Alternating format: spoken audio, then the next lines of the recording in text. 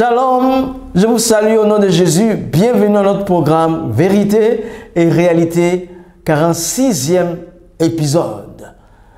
Encore bienvenue. Notre sous-thème sera: y a-t-il une comparaison entre le Dieu du Coran et le Dieu de la Bible?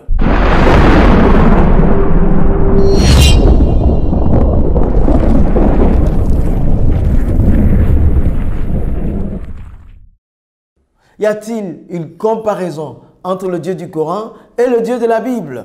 Alors tout de suite, regardons la 29e sourate, la sourate de l'araignée, Ankabut, au verset 46 ou 45, vous trouverez dans d'autres Corans. Il dit: et ne discutez que de la meilleure façon avec les gens du livre, sauf ceux d'entre eux qui sont injustes. Et dites: nous croyons en ce qu'on nous envoyait d'en haut, et à ce que vous envoyez d'en haut, et tandis que notre Dieu et votre Dieu est le même, et c'est à lui que nous sommes soumis. Voilà. Ici, la remarque est très forte là. Ah, que le Coran dise que le Dieu de l'islam est pareil avec Dieu de la Bible. Attention, est-ce vrai? Deuxièmement, pourquoi disent-ils que nous avons trois dieux, le Père, le Fils et le Saint-Esprit, parlant de la Trinité? S'ils continuent de le dire, c'est parce que nous pouvons dire aussi que pareil pour eux, ils ont trois dieux, parce que le Coran dit nous avons le même Dieu. Alors, mais s'il reste que Dieu est un, ils reconnaissent que nous adorons un seul Dieu, en ce moment c'est pareil pour eux. Troisièmement, si le Dieu des chrétiens et celui des musulmans est le même, pourquoi le salut n'est pas dans le Coran? Plutôt qu'il faut faire des œuvres. La Bible dit la grâce. Il est dit, Ephésiens 2, 8, 9. Car c'est par la grâce que vous êtes sauvés, par le moyen de la foi, c'est le don de Dieu, ce n'est point par les œuvres, afin que personne ne se glorifie. La Bible dit que personne ne peut se glorifier par les œuvres, mais c'est par la grâce que Dieu peut nous sauver. Alors, quatrièmement, si le Dieu des chrétiens et celui des musulmans est pareil, pourquoi ils tuent au nom d'Allah leur Dieu? Et que Jésus, lui, il dit: aimez vos ennemis et aimez ceux qui vous persécutent. Si on te frappe sur la joue droite, tends-lui l'autre joue, parce que Jésus aime. Il ne tue pas, il aime. Cinquièmement, si le Dieu des musulmans et celui des chrétiens sont le même, pourquoi adorent-ils la pierre noire? Oui, mais pourquoi ils adorent la pierre noire?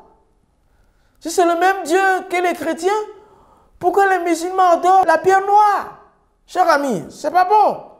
Sixièmement, si le Dieu de l'islam et celui des chrétiens est le même, pourquoi le Coran appelle les femmes du paradis des prostituées alors que nous avons des mamans, des filles et des sœurs? C'est insupportable. Mais la Bible dit que au paradis, l'homme et la femme seront comme des anges. Il n'y a pas d'histoire de sexe là-dedans. On va juste être là pour adorer Dieu. Septièmement, si le Dieu des musulmans et celui des chrétiens est le même, pourquoi les œuvres sont demandées chez les musulmans sur la balance? Pourquoi il faut une balance aux musulmans pour savoir leur destin final? Alors que chez les chrétiens, c'est la croix, de la croix bien faite, le péché est pardonné par Jésus-Christ. Si l'islam et le christianisme ont le même Dieu, pourquoi certains pays arabes ne permettent pas les constructions d'églises, alors que le contraire se fait dans des pays où les chrétiens sont en grand nombre? Ils permettent que les mosquées soient construites. Si le Dieu du Coran et celui de la Bible sont pareils, pourquoi les musulmans se tournent vers le soleil levant pour faire leur adoration? Ils se tournent avant le lever du soleil et pendant que le soleil est au zénith. et aussi pendant que le soleil est en déclin, pendant que le soleil est couché et pendant que la lune se lève, ils adorent les astres. Pourquoi le Dieu des musulmans veut qu'on adore des astres alors que le Dieu chrétien veut qu'on l'adore en esprit et en vérité? En réalité, les chrétiens et les musulmans n'adorent pas la même divinité. Le concept de Dieu est tellement différent que c'est incomparable. On peut faire des comparaisons. Voilà, cher ami, c'est pour ça que tu dois choisir la voie de Christ. Tu dois choisir de venir à Christ. Regarde, je vais te faire voir la Sourate 33, verset 56. Comme exemple, Allah, le Dieu de l'islam, dit aux anges, vous et moi, prions pour le prophète, mon messager. Ah, Dieu y prie. Il intercède, Dieu intercède. Le prophète, lors de son ascension au 7e ciel, il est parti depuis la Mecque à Jérusalem, à la mosquée de Jérusalem, et là, sur un animal, elle est appelée Bourak. Ils sont allés au 7e ciel où se trouve Dieu, selon l'islam, alors que la Bible parle de 3 cieux. Voilà encore, il n'y a pas de comparaison. À un moment donné, Djibril, l'ange qui était avec lui, dit à Muhammad, arrête doucement. Allah est en train de prier. Ha! Muhammad dit, ah bon? Allah, il prie? Il dit, oui, il prie. Attendons qu'il finisse. Hein? Les amis, quel Dieu qui prie? Il prie qui? Il prie pour qui? Comment prie-t-il? Non, aucune divinité ne peut. C'est lui qu'on doit adorer, mais ce n'est pas lui qui va prier. Alors, ça, je vous dis, la surprise est grande. Elle est grande. C'est pas bon, ça. C'est pour cela que nous avons le tafsir de la sourate 33, verset 56. Ibn Kathir, il dit, comment Allah prie? Ibn Kathir nous envoie maintenant, allons-y voir comment il prie. Allah, il prie, gloire, gloire. Ma miséricorde précède ma colère. Ah, Allah cherche un appui afin que sa miséricorde puisse être avant sa colère.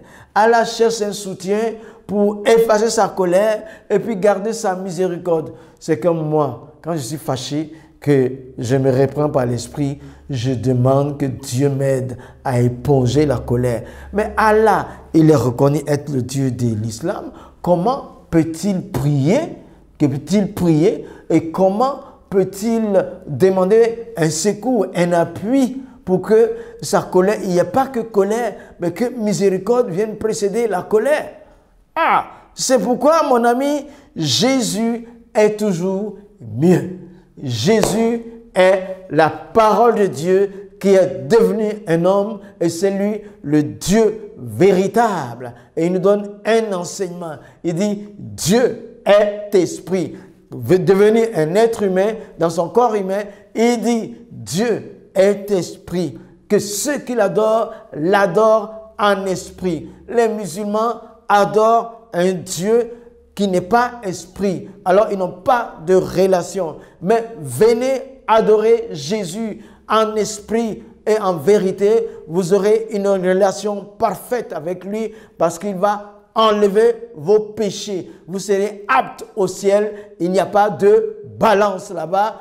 Shalom, que Dieu vous bénisse.